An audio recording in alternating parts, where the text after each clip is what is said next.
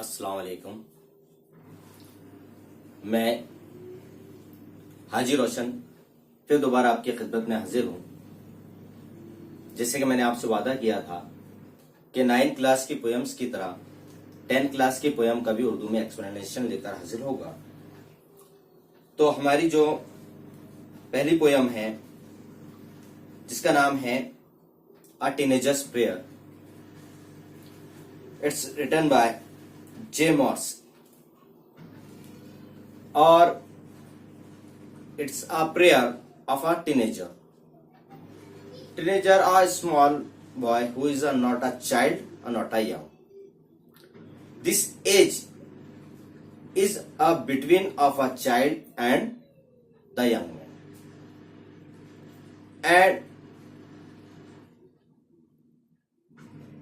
this time is a very important time in the life of the teenager, because he take the decision of his future and he choose the way to the walk, and he find the two type of way.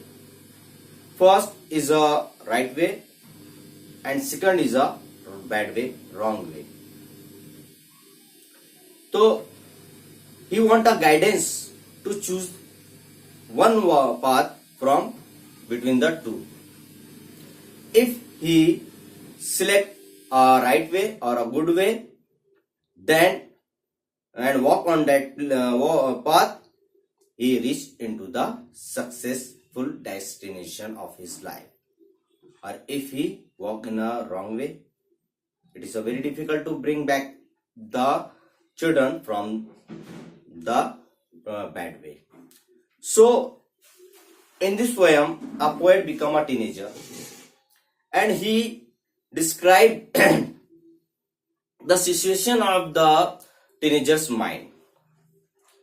In first stanza, poet said,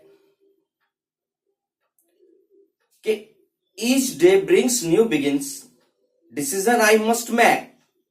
I am the only one to choose the road that I will take.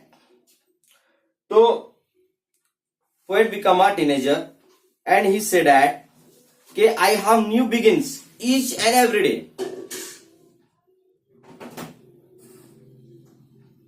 Daily I find a new way of life, and he tells us we have to make new decision, whether they are easy or difficult one. We have decided what way are we going to walk further.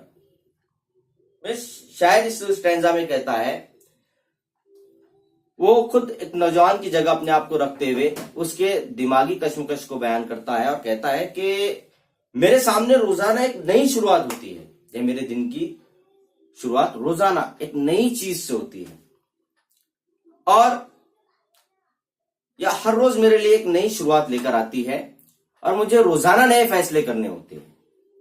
मेरे पास दो रास्ते होते हैं चुनने के लिए, चाहे फैसला करना आसान हो या मुश्किल हो, फैसला तो करना होता है, यानी उन दो में से कोई एक रास्ते को चुनना होता है।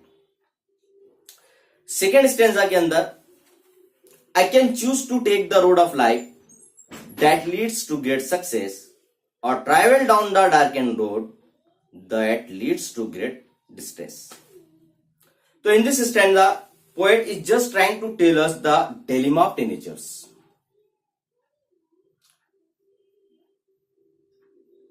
He has a many things in front of him. He has to choose between one path, and one path can lead to him to the great success if he goes on the positive and right way and with great thoughts, and the other road can lead him to the great distress and gloominess in the life. मतलब शायर एक नौजवान के मस्कूर यानी शक व शुबात में गिरे हुए दिमाग को, शक व शुबात में गिरा हुआ है, उसको भी फैसला नहीं लेते आ रहा है क्या करना है, तो वो कहता है कि एक नौजवान के सामने बहुत सारी चीजें होती है करने के लिए, बहुत सारी चीजें होती है, और जैसे कि उसके सामने दो रास्ते होते हैं जिसमें से उसे एक रास्ता चुनना होता है। एक रास्ता जो वो चुनता है दो में से, तो एक उसे कामयाबी की तरफ लेकर जाएगा और दूसरा रास्ता जो उसे उदासी और नाकामी की तरफ ले जाएगा, लेकिन उसको दो में से एक रास्ता चुनना होता है।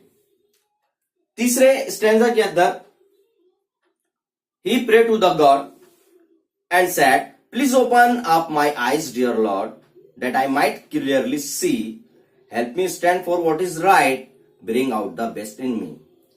तो here the teenager requests to the God to make him wise to see things clearly without any partial thought. He just want to get the help from the God to walk on the right path or the way to be right and to do right, as he want to bring out the best from the within. Means नौजवान जो है खुदा से दुआ करता है कि उसे अल्लाह मुझे सही रास्ता चुनने की तू सलाहियत दे। वो खुदा से सही रास्ते पर चलने में मदद मांग रहा है। God help me to walk in a right way. वो खुदा से कह रहा है कि उसे वो कामयाब वाला रास्ते पर चला या उसे वो कामयाबी वाले रास्ते को चुनने में मदद कर, क्योंकि अभी वो फैसला करने में सक्षम नहीं है। तो अल्लाह से, खुदा से, गॉड से मदद चाह रहा है अपनी जिंदगी के सही रास्ते को चुनने के लिए। In fourth stanza, help Lord just say no with when temptation come my way, that I might keep my body clean and fit for a life each day. The poet say about the temptation. Temptation मतलब फितना, हमारी जिंदगी में आने wrong work, bad work. तो the teenager wants some strength and power to avoid the temptation. He doesn't want to become weaker in the tempting situation, the temptation of the things which might take him to the distress. तो he want help to be clean and strong physically as well as clean from the within his body and soul, by the remaining away from the tempting things or the bad things which are always there in teenagers life. तो वो अल्लाह ताला से दुआ कर रहा है एक और दोबारा क्या है, खुदा मुझे मेरी जिंदगी में आने वाले फितनों से तू बचा। वो कहता है कि अगर मेरी जिंदगी के अंदर कोई फितना आता है या मेरी जिंदगी में कोई फितना आए तो तू मुझे उस फितने से बचने की सलाहियत दे, तू उस बुरे काम से बचने की मुझ में जो है तो तौफीक दे, या मुझ में उतनी समझ दे कि मैं उस फितने से अपने आप को, अपनी जिंदगी में आने वाले किसी किस्म के फितने से अपने आप को बचा सकूं, और मेरा जिस्म और मेरी रूह को भी इन बुरी आदतों से बचा। न सिर्फ मेरे जिस्म को बल्कि इनर सोल, मेरे अंदरूनी रूह को भी तू इस बुरे काम से जो है तो बचा। तो in last stanza, when my teenage years are over, I know that I will see that life is lived its very best with you walking next to me. So the teenager again said to the God, okay, when I will grow young and living away my teenage, I will be happy, know the life lived in a whatever age. It is best with the great thing and the great deeds of the success, and I know that it's only because of you, means God, because you show me the right way, path of road to do the right and just thing.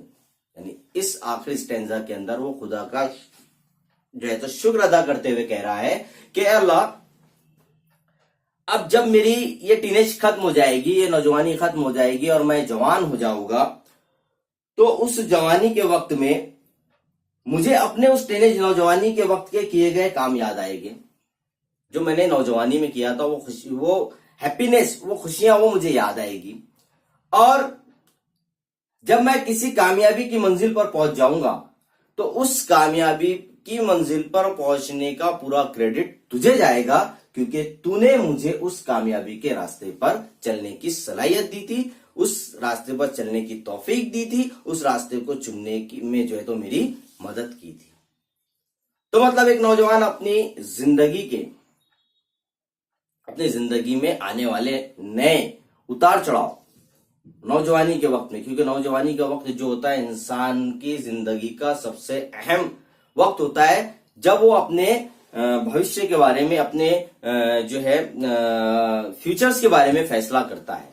और ये एक ऐसा वक्त होता है जब उसे सबसे ज्यादा गाइडेंस की जरूरत होती है। और मेरे ख्याल से ये जो पोएम्स टीनेजर्स पेयर जो इसके अंदर रखी गई है, तो मुझे लगता है इसके पीछे मकसद ये है कि हम न सिर्फ ये एक पैगाम स्टूडेंट्स के लिए है, बल्कि एक पैगाम इस किताब के जरिए हम टीचर्स को ये दिया गया है, क्योंकि ये जो बच्चे हैं टीनेज, ये हमारे पास अभी 9th और 10th में होते हैं। टीनेजर की उनकी उम्र है, अभी नौजवानी की उम्र है। अभी इनके सामने दो रास्ते हैं, अच्छा और बुरा। अब टीचर्स को उनका गाइडर बन के उन्हें सही और बुरे रास्ते की पहचान करवाना है। तो सही और गलत रास्ता उनको बताना है। उनको बताना है कि अच्छे रास्ते पर चलने से कामयाबी किस तरह से हासिल होगी और बुरे रास्ते से चलने से तुम्हारी जिंदगी में क्या मुश्किलात पैदा होगी। ये अपनी अब हम टीचर्स की जिम्मेदारी है, शायद इसी चीज को मद्देनजर रखते हुए इस पोयम को जो है माई इंग्लिश कोर्स बुक 10 की फर्स्ट पोयम दिया गया है।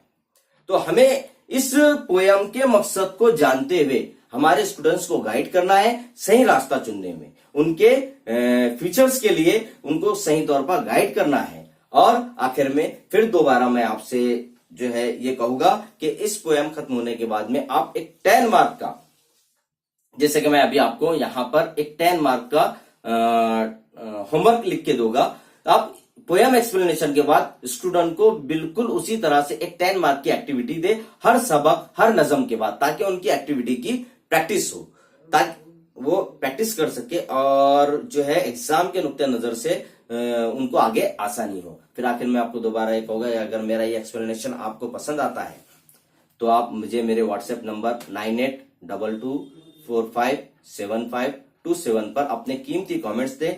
इसमें क्या कोताही रह गई है वो भी आप बताएं, ताकि मैं उसने आपको और इम्प्रूव कर सकूं। और मेरे ये चैनल इंग्लिश टीचर्स फ्रेंड हाजिर रोशन, जिसका नाम कुछ दिन के बाद मैं E4U एक्टिविटीज मतलब इंग्लिश फॉर यू एक्टिविटीज करने वाला हूं, इसे शेयर करें, सब्सक्राइब करें।